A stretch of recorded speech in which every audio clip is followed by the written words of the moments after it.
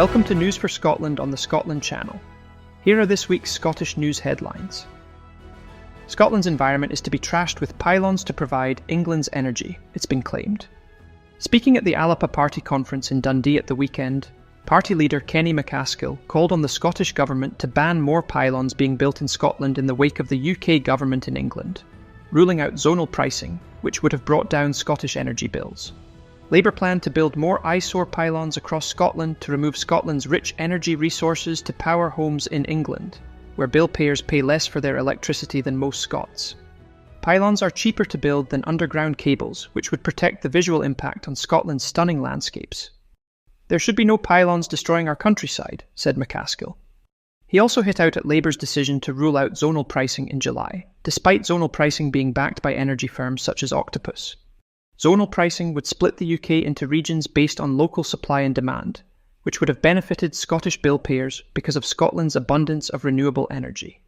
But UK Energy Minister Ed Miliband opted instead for a reformed UK pricing system that will still see Scots continuing to pay among the highest energy prices in the world. Speaking about Scotland's abundant renewable energy production, MacAskill said, "We have more than we need, but this is to supply urban centres in England." Pylons run from the north down the east coast and through the central borders. Why pylons? Because they're cheaper than either subsea or buried cables on land. So our environment is to be trashed to provide England's energy with neither economic benefit nor revenue for Scotland or her communities. If there is to be no zonal pricing for Scotland, then there should be no pylons destroying our countryside, he said. Our message to the UK government is that we are not your resource to be exploited. Our message to the Scottish Government is, stand up for your countryside and your country. A Scotland Channel documentary, The Second Great British Energy Heist, is available to watch now, exclusively on the Scotland Channel. ALBA party leader Kenny MacAskill told conference delegates in Dundee at the weekend that it has been a long, tough year for his party with the death last year of founder Alex Salmond, the resignation of ALBA's sole MSP Ash Regan in October, following an acrimonious leadership election earlier in the year, and a probe into the party's finances by Police Scotland. But he said ALBA remained committed to deliver on Salmond's dream of an independent Scotland. It emerged that the party's former General Secretary and Salmond ally Chris McKelney has also instructed defamation lawyers to take action against the party following his expulsion in May. MacAskill told delegates, "It's been a long, hard year for our party. But Alex will never be forgotten, and we remain pledged to deliver his dream." The idea that England has something to offer to the people of Scotland is becoming a joke, said English economist Professor Richard Murphy during the Scottish Currency Group's third annual conference in Dunfermline at the weekend. Murphy was among the experts and academics speaking at the event, who all believed that Scotland could thrive with its own currency. He said that he believed that the tipping point for Scottish independence is coming very close. Scotland is going to be independent, he said. The idea that England has something to offer to the people of Scotland, to the people of Wales, to the people of Northern Ireland, is becoming a joke. England hasn't offered anything to the people of England. So why the heck should anybody in Scotland believe it has offered anything to the people of Scotland?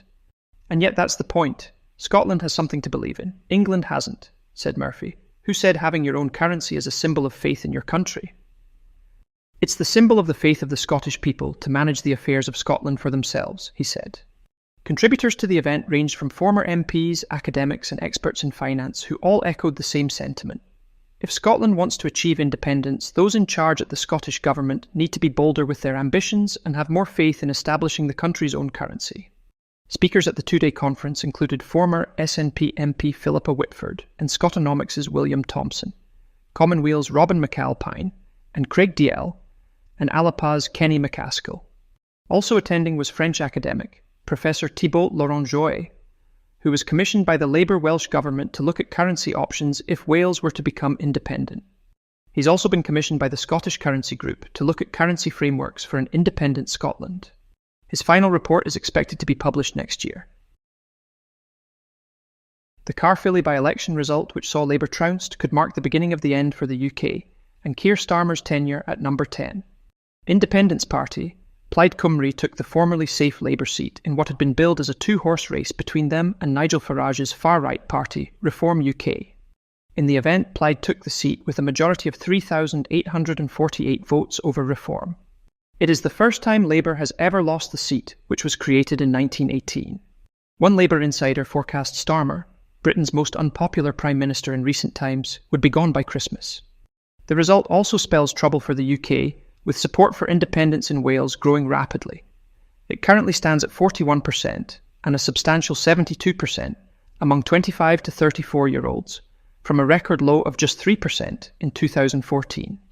However, even with waiting, current support for independence in Scotland ranges between 52 to 58% in favour of Scotland regaining her independence.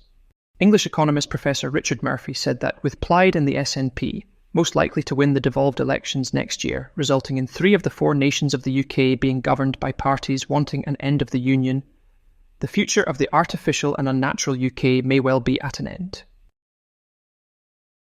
MSPs have been accused of behaving like a clutch of cowardly and clueless careerists in refusing to adopt an international treaty ratified by the UK into Scots law, which would represent an initial step towards the introduction of a modern-day claim of right for Scotland, it's been claimed. The group Respect Scottish Sovereignty says the devolved Scottish administration has attempted to block calls for the International Covenant on Civil and Political Rights, ratified by the UK government in 1976, to be incorporated into Scots law by claiming it has no authority to implement it.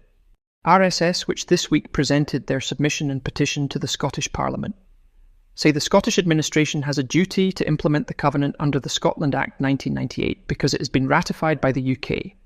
But officials have rejected this view, saying it encroaches on matters reserved to the UK. It has been kicked into the long grass and may not be considered by the Petitions Committee before the Christmas break, commented Respect Scottish Sovereignty's Leah Gunn Barrett. But we have another throw of the dice, with the inquiry being led by the Parliament's Constitution, Europe External Affairs and Culture Committee. If it's serious about finding a legal pathway to Scottish self-determination within the current UK constitutional framework, it will find it clearly laid out in our submission document, she said. But, she asked, do they have the guts to take it forward, or will they just bury it? The Scottish Human Rights Commission also backs the move to have the International Covenant incorporated into Scots law, and it issued a red flag warning to the Scottish administration that not doing so could constitute a breach of human rights. References to the Scottish Human Rights Commission's alert were suppressed by the Parliament in the submission to the Petitions Committee. The Convention's inclusion into Scots law would formally recognise the sovereignty of the people of Scotland over their government and would force politicians to take account of the will of the people over any issue, including the right to hold an independence referendum whenever the people of Scotland demand it, not when Westminster, the Parliament of England, agrees to it. Disgraced Prince Andrew has been invited to stay at Carbisdale Castle in Sutherland by London barrister Samantha Kane, also known as Lady Carbisdale, who bought the castle in 2022 for £1.2 million. Kane, who has changed gender 3 times, said on social media that Andrew should not be judged by public opinion. Andrew recently gave up his titles, including Earl of Inverness, because of ongoing press coverage of his friendship with paedophile Jeffrey Epstein and questions about a £12 million payoff to Virginia Giuffre, who alleged she was sexually assaulted by the prince. Giuffre committed suicide in April, and Epstein died whilst in custody in New York awaiting trial. US authorities said the child sex trafficker committed suicide, but many believe he was murdered to protect the identities of famous people who had stayed at his private island in the US Virgin Islands. Last week, News4Scotland reported that King Charles was planning to exile Andrew to the castle of May in Caithness, which was bought by the Queen Mother in 1952.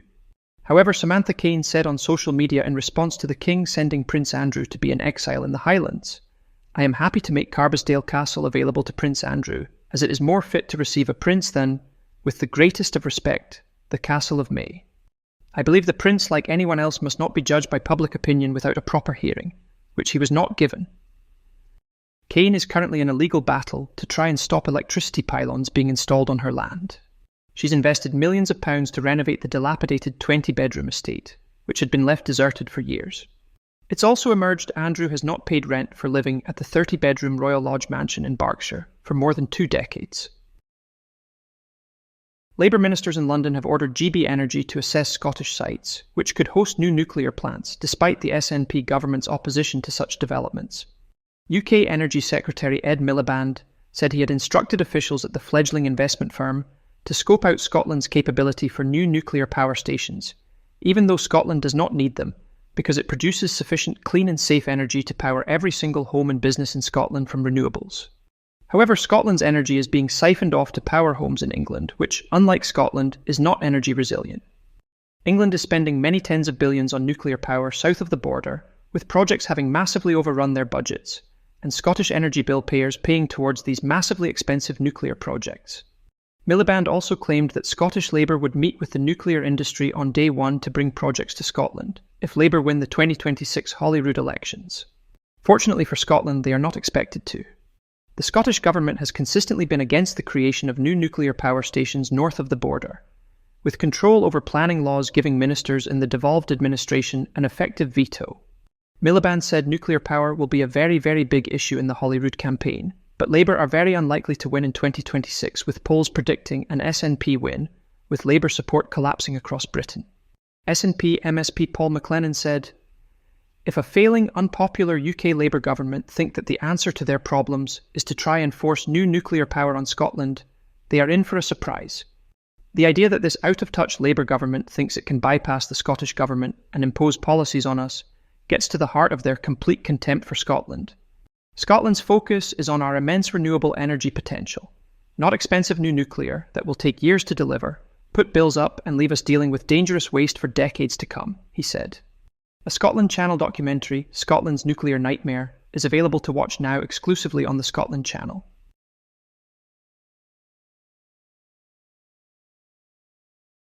At a time of deliberate mainstream media misrepresentation and the crackdown on free speech by England's government in Westminster, supporting independent media such as the Scotland Channel has never been more important than it is now. Because without reliable information about what is really happening in Scotland at the hands of the UK government, the people of Scotland cannot make informed decisions at the ballot box. As the Washington Post slogan proclaims, "Democracy dies in darkness." But without your support, the Scotland Channel will not be able to continue with shows like News for Scotland, which report what is really happening to Scotland within the Union, not the pro-Union propaganda being broadcast by Anglo-centric mainstream media, where Scotland is either omitted from coverage or distorted by their coverage. And unlike channels such as GB News, the Scotland Channel isn't funded by billionaires pushing their own agenda. That's why we need you to tell friends and family about us. We need you to like and share all our videos, including this one. We need you to subscribe to our channel, and we need you to consider making a donation to the channel to help us meet our production costs.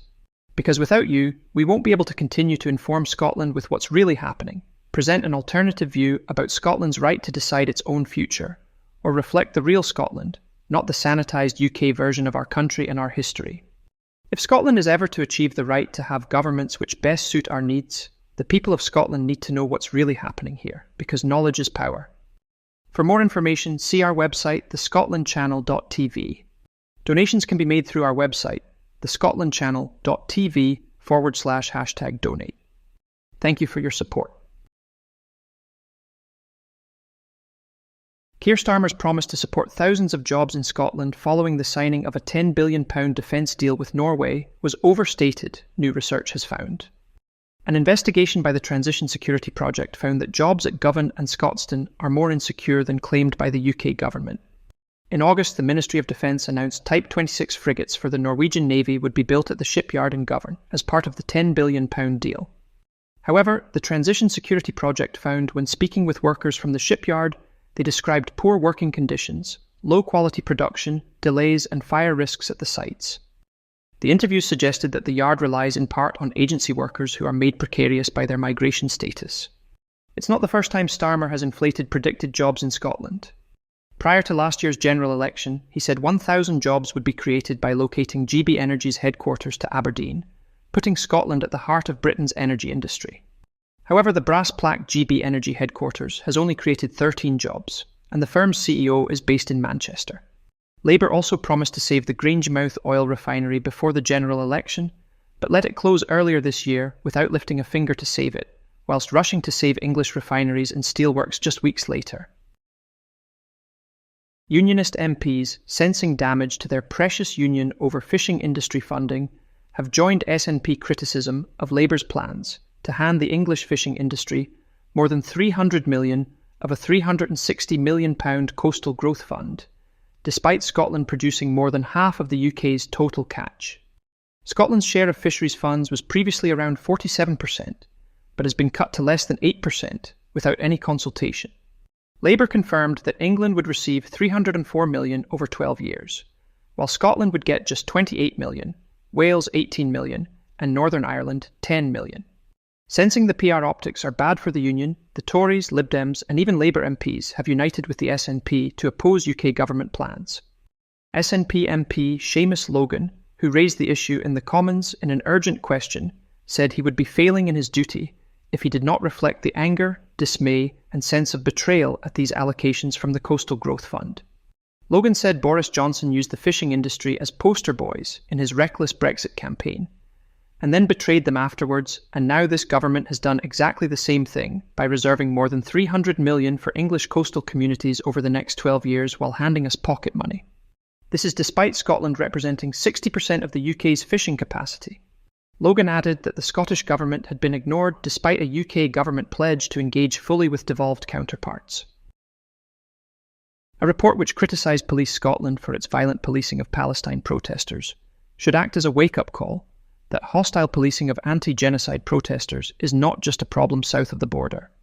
The report by Scottish community and activist legal project, SCALP, detailed violent police interventions in pickets at the Thales weapons factory in Glasgow, when police actions were described as a threat to life, and police cited company operations rather than legislation to justify their intervention.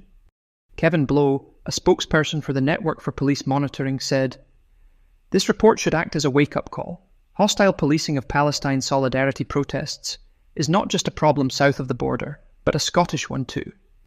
Throughout this period, Police Scotland has continued to repeat its mantra that it is a rights-based organisation, committed to fairness, respect, and upholding human rights. These claims have largely been taken at face value, yet policing of protests has, as this report highlights, often been brutal, arbitrary, and profoundly racist, especially when the economic power of the Scottish weapons industry was challenged. Although policing in Scotland is meant to be devolved, SNP Justice Minister Angela Constance has so far failed to question Police Scotland's Chief Constable Joe Farrell about the use of supposedly scarce police resources to crack down on peaceful protesters at the behest of the government in England. Scottish singer Janie Kirk is to make her debut on the Scotland Channel in time for St Andrew's Day as she performs some traditional and well-known Scottish favourites. A well-established singer, Janie has aired on various Sky channels over the last few years. The show Caledonia Calling features Scottish favourites such as Scotland with Love, Wild Mountain Time and My Ain Folk.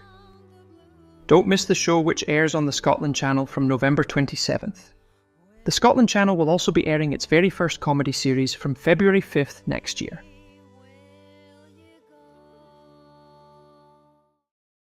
The majority of people in Scotland believe the Scottish NHS is worse than it was a decade ago. Research by think tank Enlighten also showed that 50% of those polled thought that the private sector should have more of a role in providing health services. As part of the UK, Scotland cannot take a significantly different, preventative approach to healthcare, and its budgets are restricted to a proportion of what the government in England spends on its NHS, budgets which are increasingly being used to fund shareholder dividends of private providers than frontline healthcare. Scottish Health Secretary Neil Gray said that the poll also showed that 88% of those surveyed thought that health services should remain free at the point of use. Despite the challenges of running health services, whose funding is tied to the policies of the government of another country posing as the UK, the Scottish NHS is generally outperforming the NHS south of the border, even with one hand tied behind its back. UK politicians, the UK government, and sections of the media have fanned anti-Semitism by wrongly calling pro-Palestine demonstrations anti-Semitic extremist race hate. Jewish academic from Glasgow, Professor Henry Maitles, is Emeritus Professor of Education at the University of the West of Scotland and co-author of Understanding and Teaching the Holocaust. He has been on many pro-Palestine marches, sometimes as part of a bloc under a loose heading of Scottish Jews stand with Palestine. "I've found no hostility whatsoever towards me or indeed any Jewish people," said Maitles. "I'm a Jewish socialist in favour of Palestinian rights. It would be naive to think there is no anti-Semitism, but it is rare, not ubiquitous, unless of course your definition of anti-Semitism and hatred to the Jews is confused with opposition to Israel, whose actions for many on the march are seen as genocidal, in language and practice," said the professor. Much of the official language coming out of Israel about the Palestinians being human animals should worry us more. "They are horribly reminiscent of the worst time in our Jewish and world history," he said. Plans by the government in England to house asylum seekers in military barracks, including Cameron Barracks in Inverness, have been described as abhorrent by the Scottish Greens. MSP Maggie Chapman said this is another Labour proposal ripped out of Reform's playbook, designed to do the most possible damage to vulnerable people seeking asylum. The government plans to house asylum seekers in harsh jail-like conditions in Inverness and in Crowborough, Sussex. The move comes after far-right protests whipped up by sections of mainstream media outside hotels housing asylum seekers in recent months. But parties like Reform never point out that illegal immigration is just 4% according to the UK government's own statistics, and neither do they point out that asylum seekers are not responsible for the cost of living crisis, higher rents, or even increasing food prices in the shops. The UK government is clamouring to be seen to be taking action with policies designed to appease anger whipped up by far-right politicians and mainstream media, with vulnerable people paying the price. Steve Smith of one refugee aid organisation said, "Opening more camps will only serve to re-traumatise more people who have already survived horrors such as war and torture."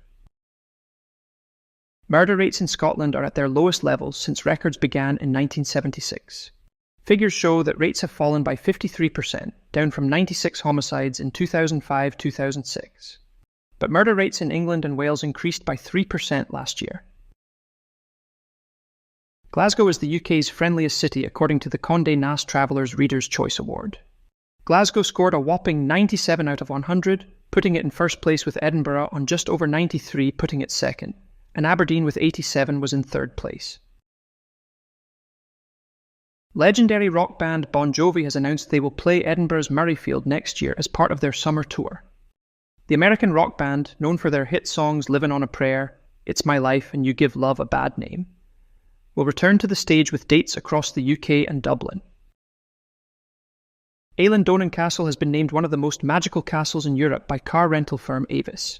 Avis, which analysed social media trends, Google search data, TripAdvisor reviews and airport proximity, said a visit to the magical destination will take travellers back through time. St Abbs in the historic county of Barracks has been named one of the best to visit in the UK, alongside Portsoy in Aberdeenshire. The seaside village, named after a shipwrecked 7th century princess, continues to draw visitors in despite cheap flights abroad, according to The Telegraph, which carried out the poll. Specifically, it is the little villages, which haven't been uglified by industrial estates, that attract thousands of visitors every single year, said the paper. That winds up our stories for this week. Join us again next Friday at 7 p.m. or any time thereafter. Thanks for watching.